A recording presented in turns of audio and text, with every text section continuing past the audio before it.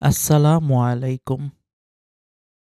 পৃথিবীর সবচেয়ে মূল্যবান সম্পদ হচ্ছে মাতা-পিতা, যারা নিজেদের সবটুকু দিয়ে আগলে রাখেন নিজের সন্তানদের। কিছু কিছু সন্তানরূপী কুলাঙ্গার সে মাতা-পিতাকেই ছুঁলে ফেলে আস্থা করে। আবার এমন কিছু সৌভাগ্যবান সন্তানও আছেন যারা বাবা-মাকে আগলে রাখে ঠিক সেভাবে, যেভাবে মা-বাবা তাদের আগলে রেখেছিলেন শৈশবে। মা, মা, মা এবং বাবা আরিফ আজাদ সম্পাদিত সেই সব কুলাঙ্গার কিংবা সৌভাগ্যবান সন্তানদের গল্প। এই গল্পগুলো শুনে কাঁদবে না এমন মানুষ হয়তো এই পৃথিবীতে একটাও খুঁজে পাওয়া যাবে না। লেখাগুলো সম্পাদনা করতে করতে বারবার চোখের পানিতে কম্পিউটারের কিবোর্ড ভিজে উঠছিল প্যারাডক্সিক্যাল সাজিদ খ্যাত দেশসেরা লেখক আরিফ আজাদের। তার ভাষায় এই বইটি হওয়া উচিত প্রতিটি সন্তানের জন্য অবশ্য পাঠ্য, যে বই তাদের কাঁদাবে, অনুতপ্ত করবে আর পিতামাতার প্রতি সীমাহীন আবেগের অকুল সাগরে ভাসাবে।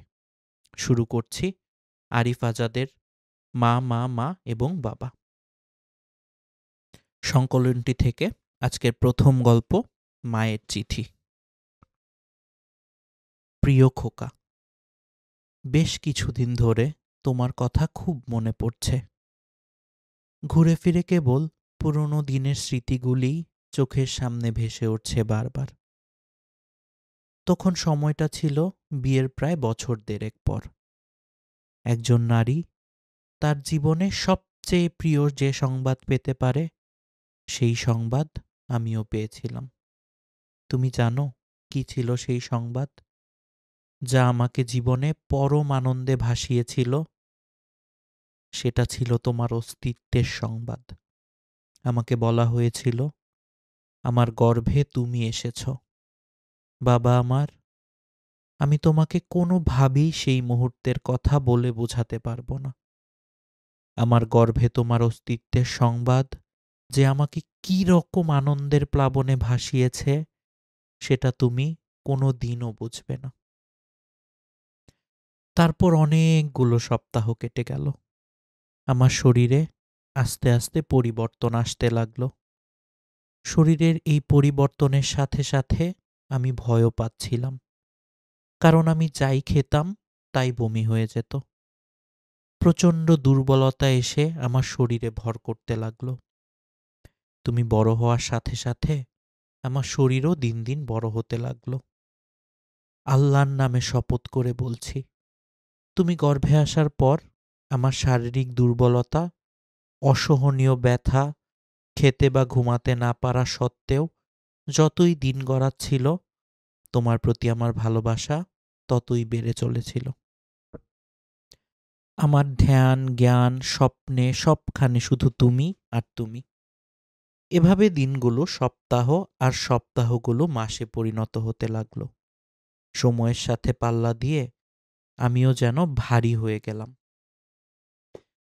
আমি এতই বেশি ভারী হয়ে উঠলাম যে কোথাও বেশিক্ষণ দাঁড়িয়ে থাকতে পারতাম না, বেশিক্ষণ হাঁটতে পারতাম না। কারণ এমন একটা সময় এলো যখন আমি চিত হয়ে ঘুমাতেও পারতাম না। কেন জানো? কারণ তোমার ওজন আমার বুকে প্রচণ্ড ব্যথা তৈরি করত। তাই আমি পাশ ফিরে ঘুমাতাম। তবুও আমার ভেতরে একটা ভয় কাজ করত।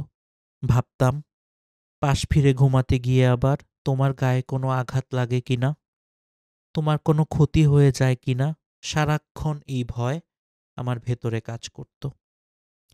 এই আশঙ্কা নিয়ে কত রাত আমার নির্ঘুম কেটে গেছে তুমি জানো না। কত বিচিত্র আর ভালো লাগার ছিল সেই প্রহরগুলো। এভাবেই দিন যত যাচ্ছিল, তোমার প্রতি আমার ভালোবাসা তত বাড়ছিল। তোমার প্রতি আমি আরও বেশি মনোযোগী, আরও বেশি যত্নশীল হয়ে উঠছিলাম। তোমাকে একটু ছুঁয়ে দেখার ইচ্ছে আমার তীব্র থেকে তীব্রতর হতে লাগলো। আমি নীরবে কান পেতে শুনতাম তুমি কোনো শব্দ করছো কিনা, নড়াচড়া করছো কিনা। যখনই তুমি নড়ে উঠতে, আল্লাহর কসম মনে হতো আমি যেন তখনই মারা যাব। প্রচণ্ড ব্যথায় আমি কুঁকড়ে উঠতাম।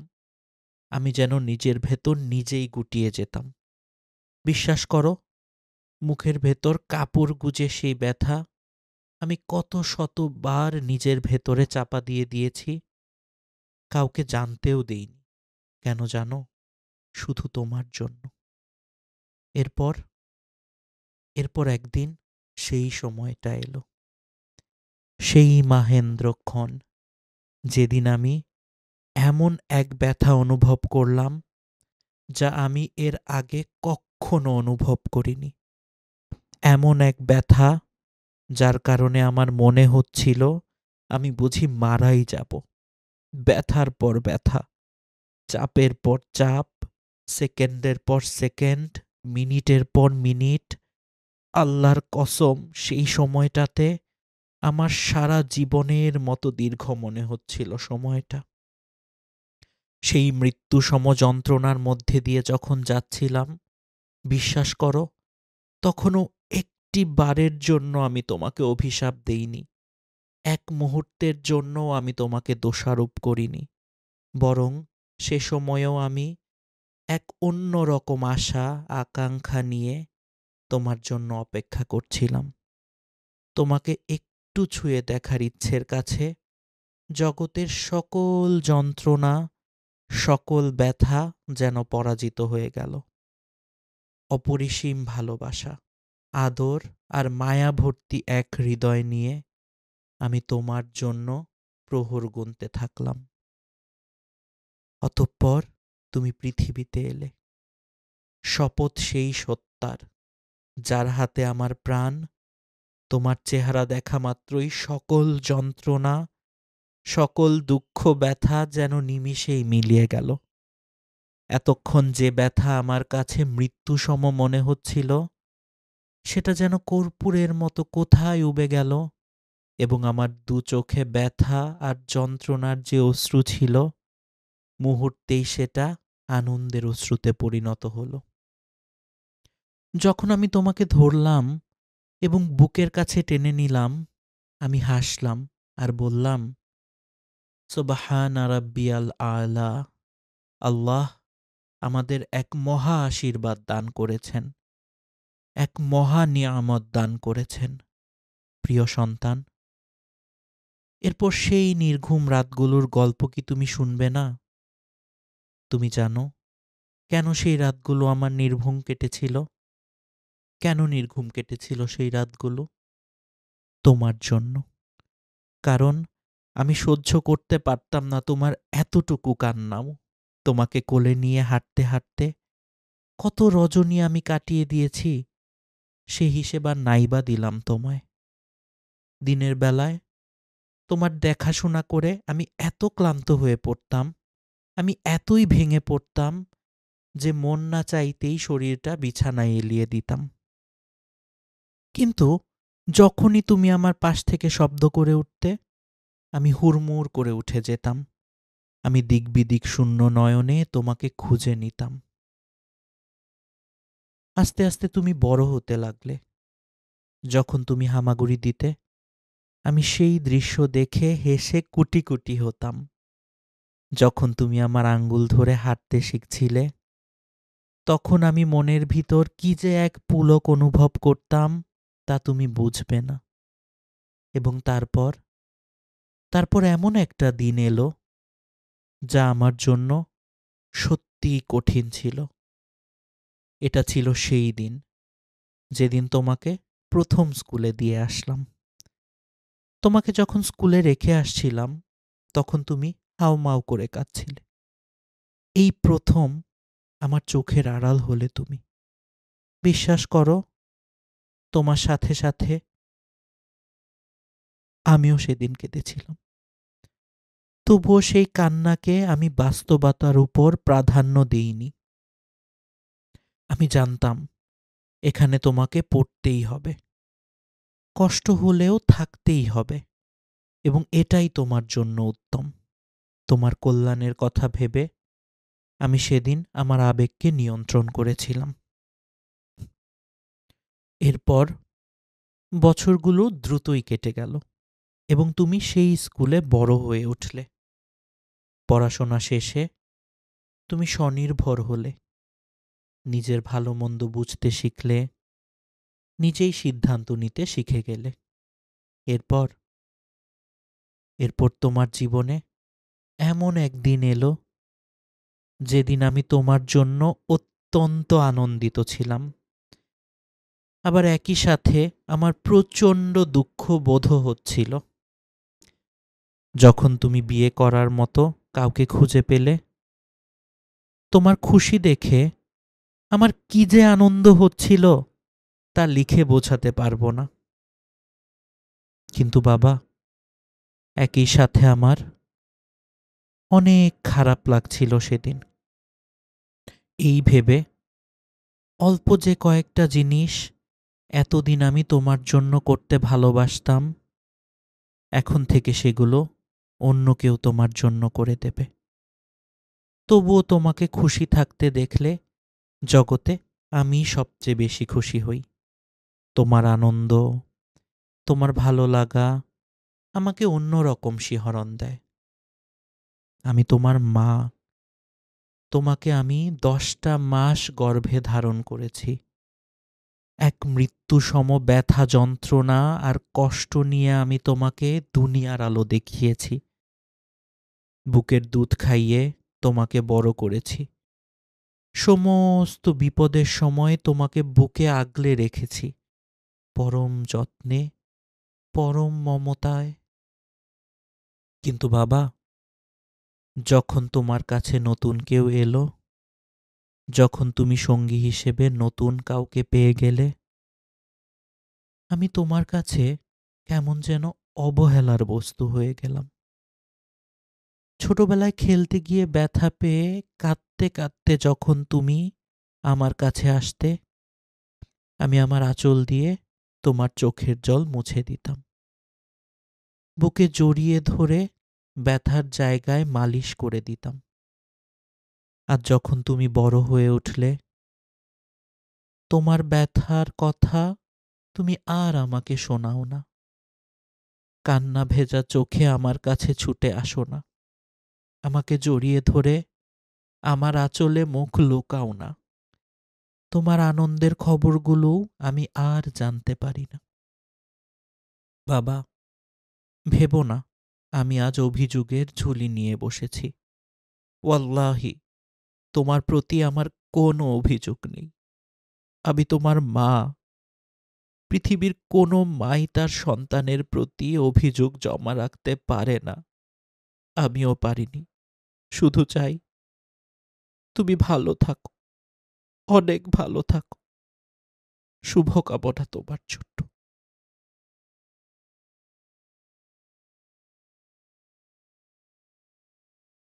আজকের দ্বিতীয় গল্প, সালেম।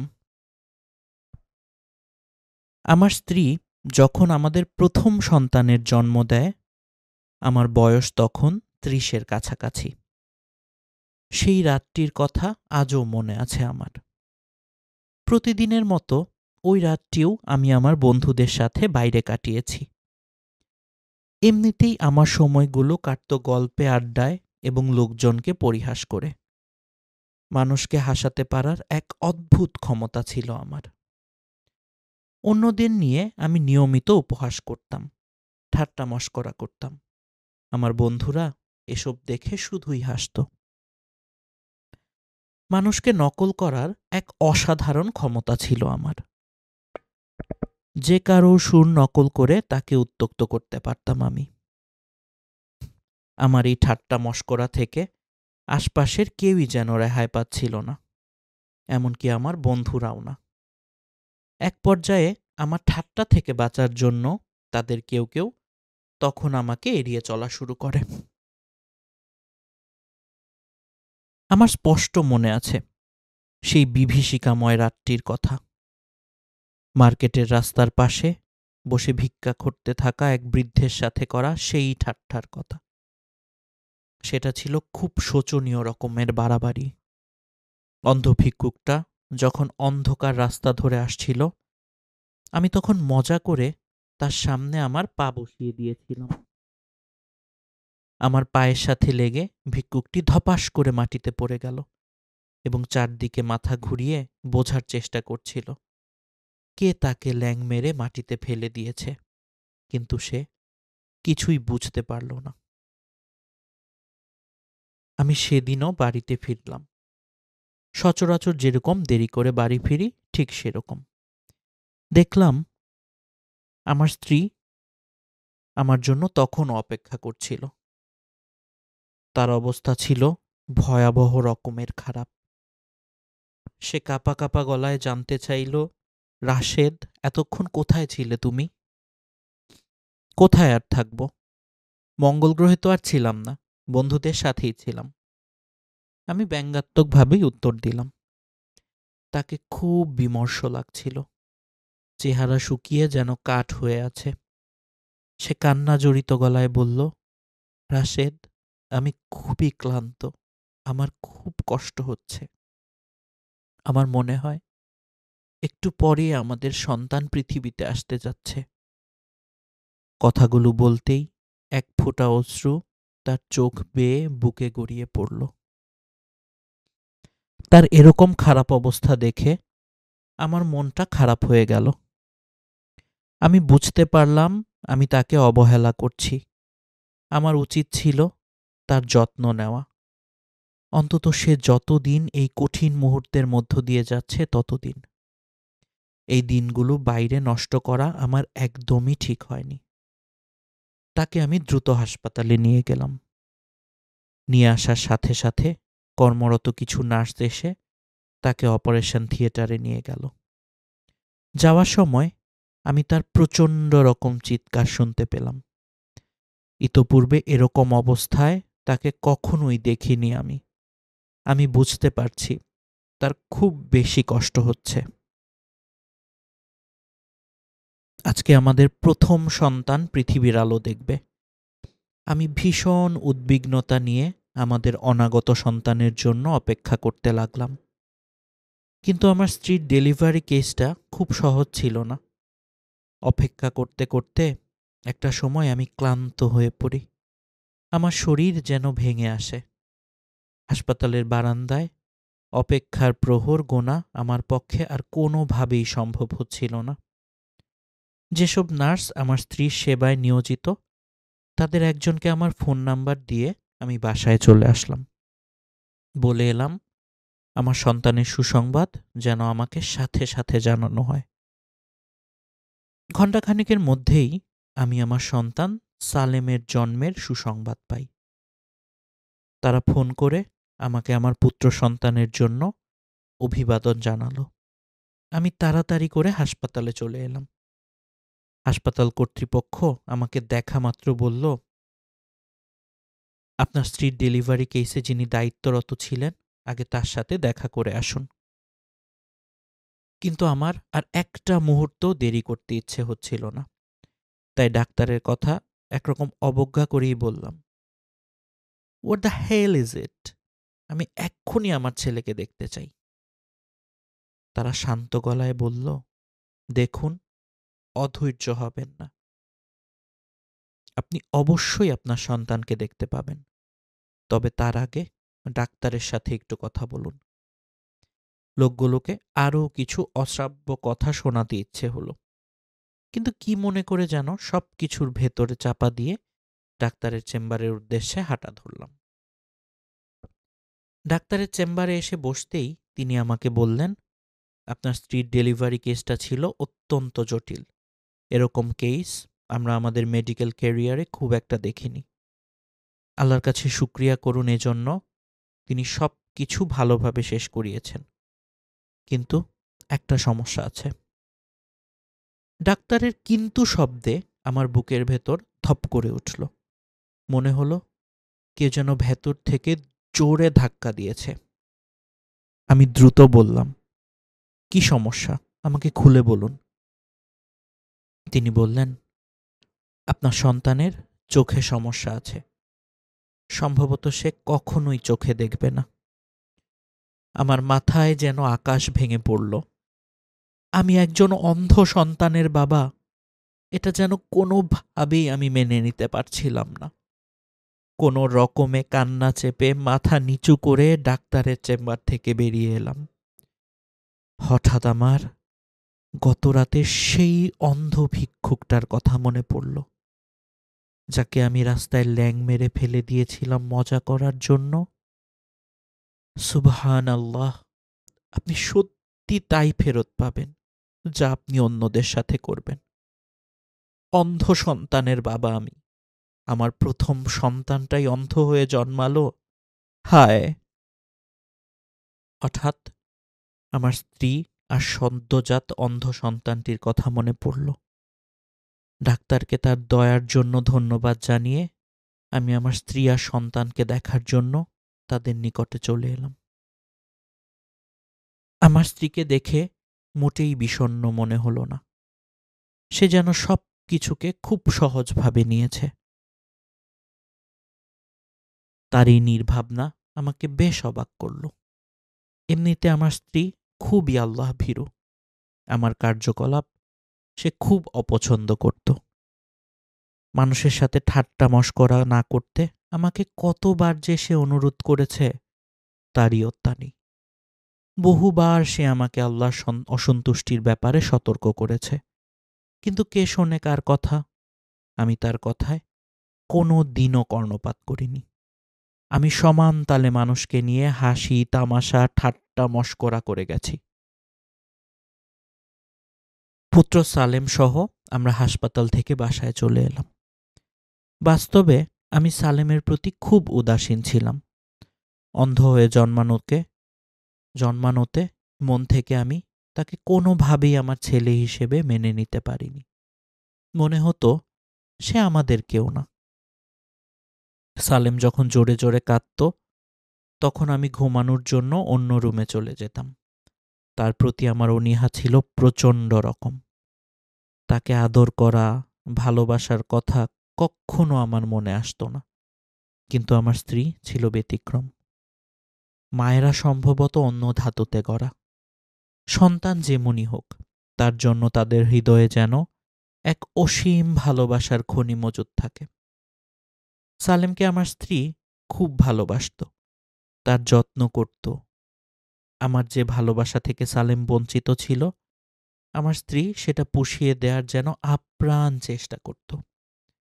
সত্য বলতে আমি সালেমকে ঘৃণা করতাম না, আবার কেন যেন তাকে আমি ভালোবাসতে পারতাম না। কি এক অস্পষ্ট দেয়াল যেন ছিল তার আর আমার মধ্যে। আমি জানি না কি ছিল সেই দেয়াল। সালেম আস্তে আস্তে বড় হতে লাগলো। সে হামাগুড়ি দেওয়ার চেষ্টা করতে লাগলো। যখন তার বয়স 1 বছর, তখন আমরা বুঝতে পারলাম যে সালেম আসলে প্রতিবন্ধী। এটা জানার পরে আমি দ্বিতীয়বারের মতো ধাক্কা খেলাম। সালেমকে এমনিতেই আমি ভালোবাসতাম না। যখন জানলাম সে একজন প্রতিবন্ধী, তখন থেকেই তাকে আমি বোঝা মনে করতে লাগলাম, একটা উটকো ঝামেলার মতো। সালেমের পর আমাদের কোলজুড়ে আরও 2টো সন্তান আসে, ওমর আর খালেদ। দিনগুলো এভাবেই পার হচ্ছিল। সালেম বড় হচ্ছে, সাথে ওমর আর খালেদও। বাসায় থাকতে আমার একদম ভালো লাগতো না। আমি আগের মতোই বেশিরভাগ সময় বন্ধুদের সাথে বাইরে বাইরে কাটাতাম। আমার এরকম আচরণ সত্ত্বেও আমার স্ত্রী কখনোই আমার উপর থেকে আশা ছেড়ে দেয়নি। সে সব সময় আমার হিদায়েতের জন্য আল্লাহর কাছে দোয়া করত।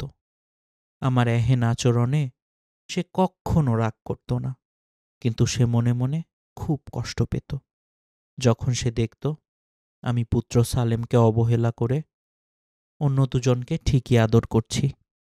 সালেম বড় হচ্ছিল, আর সাথে বাড়ছিল আমার দুশ্চিন্তাও।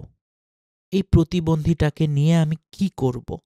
আমার স্ত্রী যখন তাকে একটি ভালো প্রতিবন্ধী স্কুলে ভর্তি করিয়ে দিতে বলল, আমি আপত্তি জানাইনি। যাক, অন্তত বোঝাটা অন্যের ঘাড়ে সাওয়ার হোক। এভাবে কতগুলো বছর যে চলে গেল আমি বুঝতেই পারলাম না। আমার দিনগুলো ছিল আগের মতোই। খাওয়া, কাজ, আড্ডা, ঘুম এভাবেই চলে যাচ্ছিল। এক শুক্রবারের কথা। আমি বেলা 11টায় ঘুম থেকে উঠলাম। বলা চলে প্রতিদিনের তুলনায় সেদিন আমি অনেক ভোরেই জেগেছি, কারণ আমার এক জায়গায় দাওয়াত ছিল। আমি কাপড় পরে গায়ে পারফিউম মেখে বের হতে যাচ্ছিলাম। যখন আমি আমাদের বেডরুম অতিক্রম করছিলাম, আমি দেখলাম সালেম হুইল চেয়ারে বসে একা একা কাঁদছে। তার জন্মের পর এই প্রথমবার নিজ চোখে তাকে আমি কাঁদতে দেখছি। 10 বছর কেটে গেল, কিন্তু এই 10 বছরে একটি বারের জন্যও আমি তার প্রতি নজর দিইনি, একটু ভালোবাসার চোখে তাকাইনি, একটু ভরসার স্পর্শে তার হাত ধরিনি। আজকেও তাকে আমি এড়িয়ে যেতে চাইছিলাম, কিন্তু কেন যেন পারলাম না। আমি শুনলাম সে ফুপিয়ে ফুপিয়ে কাঁদছে আর তার মাকে ডাকছে। আমি প্রথমবারের মতো তার কাছে গেলাম এবং জিজ্ঞেস করলাম, সালেম, তুমি কাঁদছো কেন? আমার কণ্ঠ শোনা মাত্র সে কান্না থামিয়ে দিল। আমাকে তার এত কাছে পেয়ে সে তার ছোট ছোট হাত দুটি হাতড়িয়ে আমাকে অনুভব করার চেষ্টা করতে লাগলো। আমি খেয়াল করলাম সে আমার থেকে দূরে চলে যাচ্ছে, যেন সে ঘৃণা ভরে আমাকে বলতে চাচ্ছে, এতদিনে আমাকে তোমার মনে পড়ল? এই 10 বছর কোথায় ছিলে তুমি? আমি তাকে অনুসরণ করলাম। দেখলাম সে হুইল চেয়ারে ভর করে সাবধানে তার রুমের দিকে চলে গেল। আবার জানতে চাইলাম কেন সে কাঁদছে। প্রথমে সে তার কান্নার কারণ আমাকে বলতে চায়নি। আমি তার সাথে শান্তভাবে কথা বলতে লাগলাম। এরপর সে আমাকে তার কান্নার কারণ খুলে বলল। সে যখন আমাকে তার কান্নার কারণ বলছিল, আমি তা মনোযোগ দিয়ে শুনছিলাম আর কাঁপছিলাম। বলতে পারেন কি ছিল সেই কারণ? তার ছোট ভাই ওমর, যে তাকে ধরে ধরে প্রতিদিন মসজিদে নিয়ে যায়, সে কখনো তাকে মসজিদে নিতে আসেনি। এখনো সে আসেনি মসজিদে নিতে। প্রতিদিন সে নিয়ে যায় ভাইকে, কিন্তু আজ এখনো কেন এলো না? সালেমের ভয় হচ্ছিল, না জানি আবার মসজিদে যেতে তার দেরি হয়ে যায় আর সে মসজিদের সামনের কাতারে বসার জায়গা না পায়। তাই সে উমর আর তার মাকে চিৎকার করে ডাকছিল, কিন্তু তারা কেউই সাড়া দিচ্ছে না দেখে সে কাঁদতে শুরু করল। সালেমের কাছে কথাগুলো শুনে আমি তার পায়ের কাছে বসে গেলাম। দেখলাম তখনও সালেমের চোখ বেয়ে অঝোর ধারায় অশ্রু গড়িয়ে পড়ছে। তার পরের কথাগুলো আমি আর সহ্য করতে পারছিলাম না। আমি আমার হাত দিয়ে তার চোখের জল মুছে দিতে দিতে বললাম, এই জন্যেই কি তুমি কাঁদছিলে সালেম? জি, সে বলল। মুহূর্তের মধ্যেই আমি আমার বন্ধুদের কথা ভুলে গেলাম, ভুলে গেলাম দাওয়াতের কথা। আমি বললাম, সালেম, কেঁদো না। তুমি কি জানো আজকে তোমাকে মসজিদে কে নিয়ে যাচ্ছে? সালেম বলল, জানি, উমার, কিন্তু সে সব সময় দেরি করে আসে। আমি বললাম, না সালেম, উমার নয়, আজ আমিই তোমাকে মসজিদে নিয়ে যাব। আমার কথায় সালেম যেন খুব অবাক হলো। সে কিছুতেই আমার কথা বিশ্বাস করতে পারছিল না। আমি হাত দিয়ে তার চোখের পানি মুছে দিলাম। আমার হাত তার হাতের উপর রাখলাম। আমি তাকে আমার গাড়িতে করে মসজিদে নিয়ে যেতে চাইলাম, কিন্তু সে আপত্তি জানালো। সে মসজিদে গাড়িতে করে যেতে চাইল না। বলল, মসজিদ তো খুব কাছেই, আমাকে ধরে ধরে নিয়ে যাও।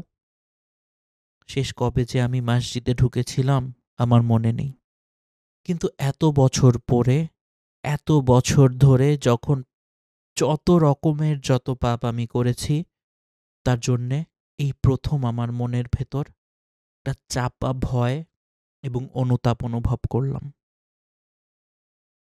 পুরো মসজিদ ছিল মুসল্লিতে ভরপুর, কিন্তু তবুও দেখলাম একদম সামনের কাতারে সালেমের জন্য একটা খালি জায়গা রেখে দেয়া হয়েছে।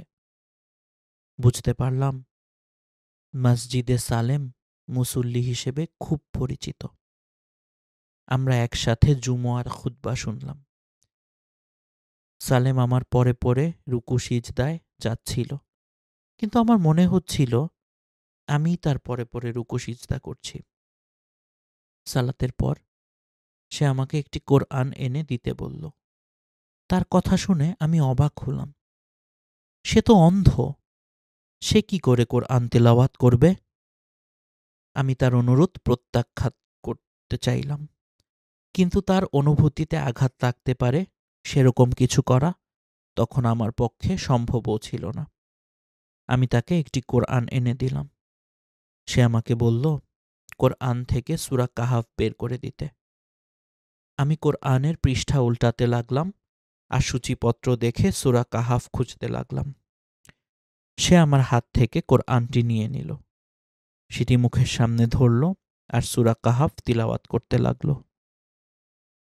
ইয়া আল্লাহ, পুরো সূরা কাহাফ তার মুখস্থ। আমি যেন এই দৃশ্য কোনোভাবেই বিশ্বাস করতে পারছিলাম না। আমি নিজেই নিজের প্রতি লজ্জিত হলাম।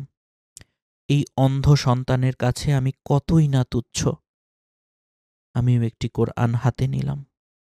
তখনও আমার পুরো শরীর কাঁপছিল। আমি কোরআন তিলাওয়াত করেই যাচ্ছি। আমি আল্লাহর কাছে বারবার মাফ চাইছিলাম আর বলছিলাম, হে আল্লাহ, আমাকে সিরাতুল মুস্তাকিমের পথ দেখাও। হে আল্লাহ, আমাকে সিরাতুল মুস্তাকিমের পথ দেখাও। আমি আর নিজেকে ধরে রাখতে পারলাম না। মুহূর্তেই শিশুদের মতো কান্না করতে শুরু করলাম। মসজিদে তখনও কিছু মুসল্লি অবশিষ্ট ছিল, যারা সুন্নাত আদায় করছিল। আমি লজ্জিত হলাম, তাই আমি কোনো রকমে আমার কান্না চেপে যেতে চাইলাম।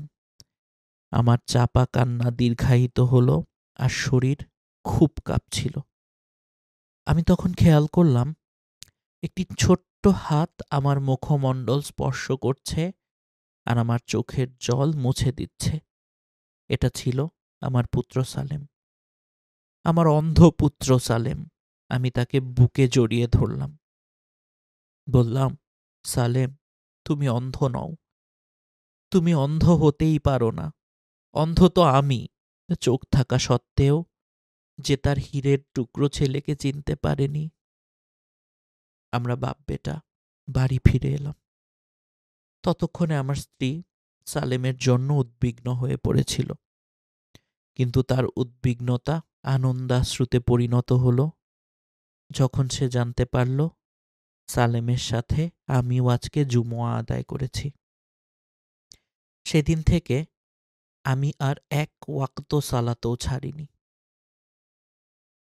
আমি আমার খারাপ বন্ধুগুলোকে ত্যাগ করেছি এবং মসজিদে নিয়মিত সালাত আদায় করে এরকম কিছু মানুষকে বন্ধু হিসেবে নিয়েছি।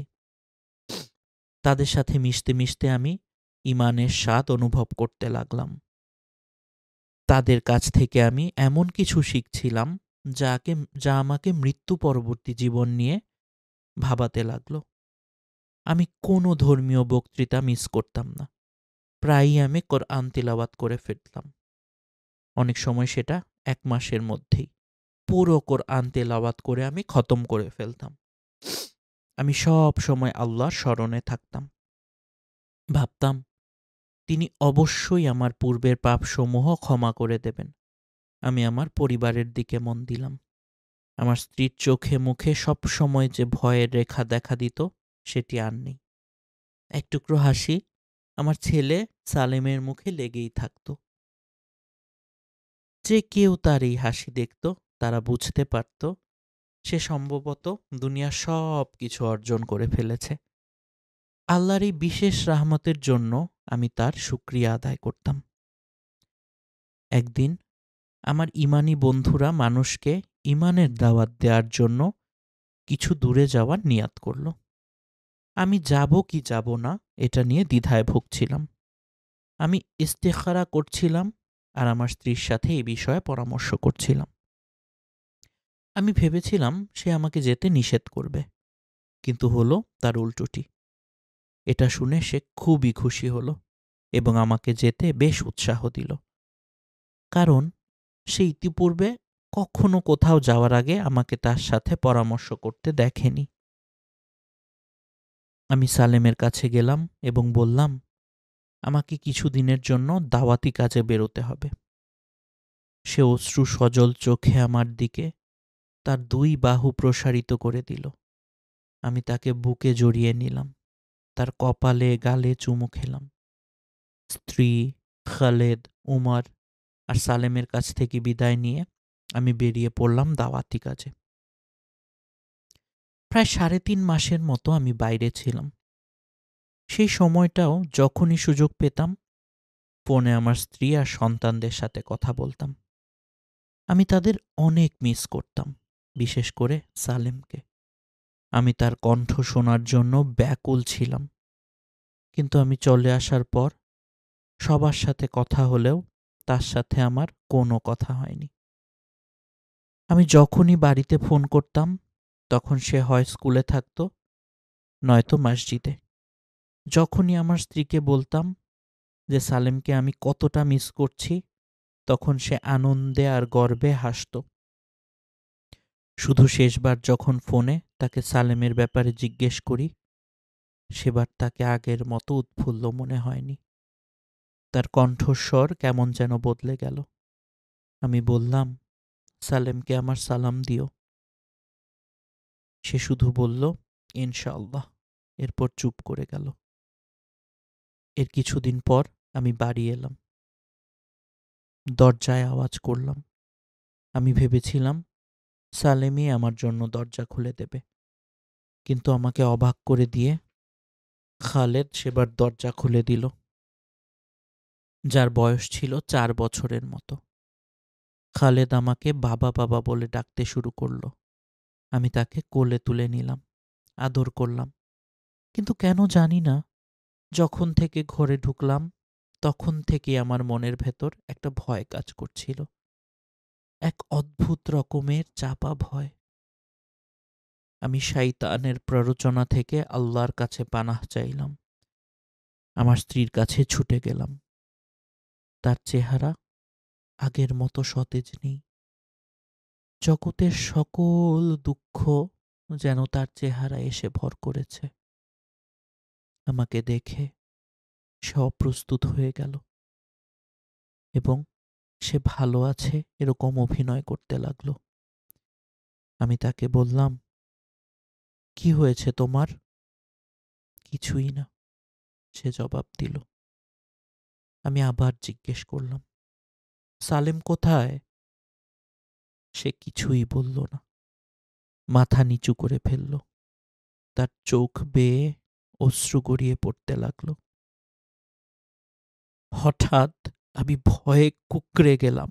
আমি কাঁদতে শুরু করলাম, চিৎকার করে বললাম, সালেম কোথায়? সালেম, সালেম কোথায়? সালেম! তখন আমার 4 বছরের ছেলে খালেদ তার অস্পষ্ট সুরে বলল, বাবা, সালেম ভাইয়া জান্নাতে চলে গেছে, আল্লাহর কাছে। আমার স্ত্রী এটা সহ্য করতে পারল না। সে কাঁদতে কাঁদতে দ্রুত রূপ ছেড়ে চলে গেল।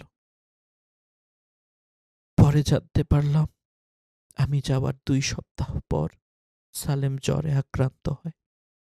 আমার স্ত্রী তাকে হাসপাতালে নিয়ে যায়, কিন্তু সে আর সেরে ওঠেনি। জ্বরের উসিলায় সে আল্লাহর সাক্ষাতে চলে গেছে। আজকের পরবর্তী গল্প, বৃদ্ধাশ্রমে রেখে আসুন। সমুদ্রের পাড়ে একটা ত্রিকোণা চাদরের উপর বসে আছেন এক বৃদ্ধা। দূরে উপচে পড়া সমুদ্রের ঢেউয়ের দিকে অপলক দৃষ্টিতে তাকিয়ে আছেন তিনি। সূর্যাস্ত দেখছেন, দেখছেন সাগরের ঢেউয়ের ওপর বেলা শেষের আলোর খেলা। না জানি কত হৃদয় ভাঙা কাহিনী, কত অবিস্মরণীয় ঘটনা, কত মন ভোলানো স্মৃতি এই সাগরের অতলে চাপা পড়ে আছে। তার নিজের জীবনটাও যেন অনেকটা সাগরের মতোই। সৈকতে সেদিন অনেক পরিবারই বেড়াতে এসেছিল। বৃদ্ধার কাছেই বসেছিল এমন একটি পরিবার। ছোটরা চারপাশে খেলাধুলা করছে, বড়রা উচ্ছ্বসিত গলায় নিজেদের মধ্যে কথা বলছে, চা খাচ্ছে। বোঝাই যাচ্ছে অনেক দিন পরে পরিবারের সবাই একসাথে হয়েছে। রাত গভীর হতে হতে প্রায় 1টা বাজল। বাড়ি ফেরার জন্য গোছগাছ প্রায় শেষ। সৈকত ছেড়ে যাওয়ার আগে বেড়াতে আসা পরিবার থেকে মাঝবয়সী একজন লোক বেরিয়ে এলো। বৃদ্ধা তখনও একাকী বসেছিলেন, চোখ সাগরের উপচে পড়া ঢেউয়ের দিকে স্থির। লোকটি বৃদ্ধার কাছে এসে জিজ্ঞেস করল, খালাম্মা, আপনি কি কারো জন্য অপেক্ষা করছেন? সেই সন্ধ্যা থেকেই দেখছি এখানে একা একা বসে আছেন। অনুমতি দিলে আমি আপনাকে বাড়ি পৌঁছে দিতে পারি। বৃদ্ধা বললেন, না বাবা, আল্লাহ তোমাকে উত্তম প্রতিদান দান করুন। আমি আসলে আমার ছেলের জন্য অপেক্ষা করছি। সে দ্রুতই চলে আসবে। সম্ভবত রাস্তায় প্রচণ্ড জ্যাম, এজন্যই হয়তোবা দেরি হচ্ছে। রাত প্রায় 1:30 বাজে। এ সময় কে আসবে? লোকটা জিজ্ঞেস করল। বৃদ্ধা বললেন, তুমি ঠিকই বলেছ বাবা, কিন্তু আমি আমার ছেলের জন্য অপেক্ষা করা ছাড়া আর কি করতে পারি বাবা বলো? এই এই তো দেখো, এই চিঠিটা দেখো। আমার ছেলে এখানে রেখে যাওয়ার সময় আমার হাতে দিয়ে গেছে, কিন্তু আমি তো পড়তে পারি না বাবা। তুমি একটু পড়ে দেখবে বাবা। এই বলে বৃদ্ধা ছেলের রেখে যাওয়া একটা ছোট্ট চিরকুট লোকটির দিকে বাড়িয়ে দিলেন। ভদ্রলোক সেটি পড়তে শুরু করলেন। এই চিরকুট যিনি পড়বেন তাকে অনুরোধ করছি যেন তিনি চিরকুট বহনকারী বৃদ্ধাকে কোনো বৃদ্ধাশ্রমে রেখে আসেন। চিঠিখানা পড়ে ভদ্রলোক কিছুক্ষণ ঠায় দাঁড়িয়ে রইলেন। পৃথিবী যেন কিছুক্ষণের জন্য স্তিমিত হয়ে পড়েছে। সাগরের গর্জন থেমে গেছে। ঢেউগুলোও মনে হচ্ছে আর পার ভাঙছে না। সবখানে যেন একটা নিস্তব্ধতা বিরাজ করছে এই মুহূর্তে। নির্বাক ভদ্রলোক চিঠিটা নিয়ে নিজের পরিবারের কাছে ফিরে এলেন। তার পরিবারের একে একে সবাই এই চিঠিটা পড়লেন এবং পড়া শেষে কেউই নিজের চোখের অশ্রু সংবরণ করতে পারলেন না। এরকম হতভাগা বৃদ্ধা মায়ের জন্য সবার প্রচণ্ড মন খারাপ হয়ে গেল। এই চিঠি যে পাষণ্ড লিখেছে তাকে তার মা গর্ভে ধারণ করেছেন 9 মাস। 2 বছর পর্যন্ত বুকের দুধ পান করিয়েছেন। কত রাত তিনি নির্ঘুম কাটিয়েছেন তার সন্তানের একটু আরামের জন্য, একটু খেয়াল রাখার জন্য, যেন তার সন্তানকে কোনো বিপদ আপদ স্পর্শ না করে, যেন সন্তান আরামে ঘুমাতে পারে, নির্বিঘ্নে নিরাপদে ঘুমাতে পারে। এত কিছুর প্রতিদানে সেই মা পেলেন একটা পাষণ্ড অকৃতজ্ঞ সন্তান। একটা কুকুরও তার বৃদ্ধ অসহায় মনিবকে একা ফেলে চলে যায় না এভাবে। একটা কুকুরও এতটা অকৃতজ্ঞ হতে পারে না, এতটা হৃদয়হীন হতে পারে না। কিন্তু মানুষ কিভাবে এতটা হৃদয়হীন হয় জানি না আমরা। কিভাবে মানুষ এতটা হৃদয়হীন হতে পারে। আল্লাহ আমাদের সকলকে হেদায়েত দান করুন, সকলকে পিতামাতার সেবা করার খেয়াল রাখার তৌফিক দান করুন এবং আমাদের পিতামাতাকে সেইভাবে খেয়াল রাখার তৌফিক দান করুন যেমনটা তারা আমাদেরকে শৈশবে রেখেছিলেন। রব্বির হামহুমা কামা রব্বায়ানি সগীরা। রব্বির হামহুমা কামা রব্বায়ানি সগীরা। রব্বির হামহুমা কামা রব্বায়ানি সগীরা।